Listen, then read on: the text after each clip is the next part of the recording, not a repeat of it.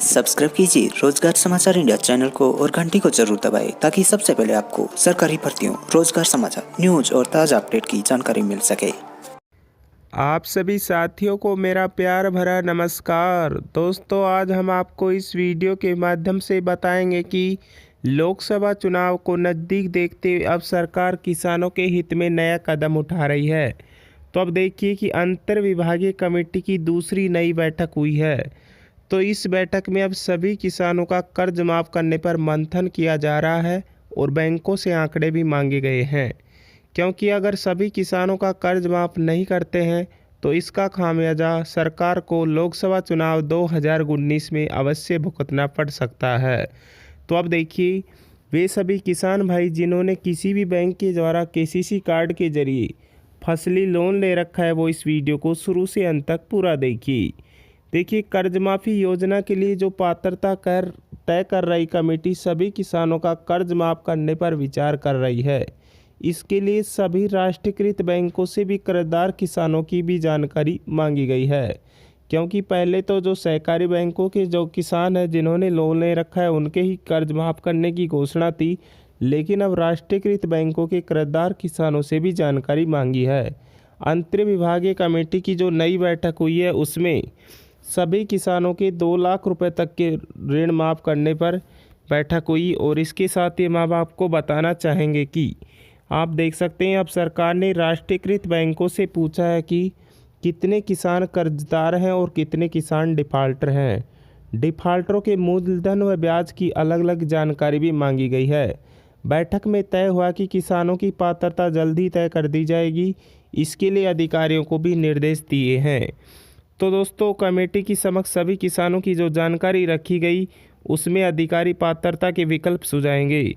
बैठक में अन्य राज्यों की कर्ज माफ़ी योजना पर भी चर्चा की गई, जिसमें बैठक में जो उद्योग मंत्री प्रसादी लाल मीणा और कृषि मंत्री लालचंद कटारिया सहित अन्य विभिन्न मंत्री इसमें शामिल थे।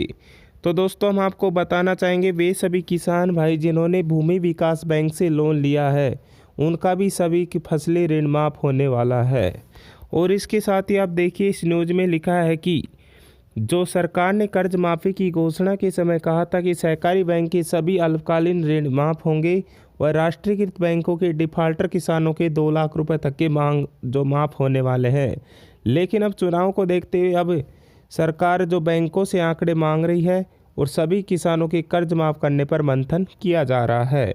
और इसके साथ ही आप देखिए, इस न्यूज़ में लिखा है कि जो बैंकों की ओटीएस योजना पर मंथन किया जा रहा है।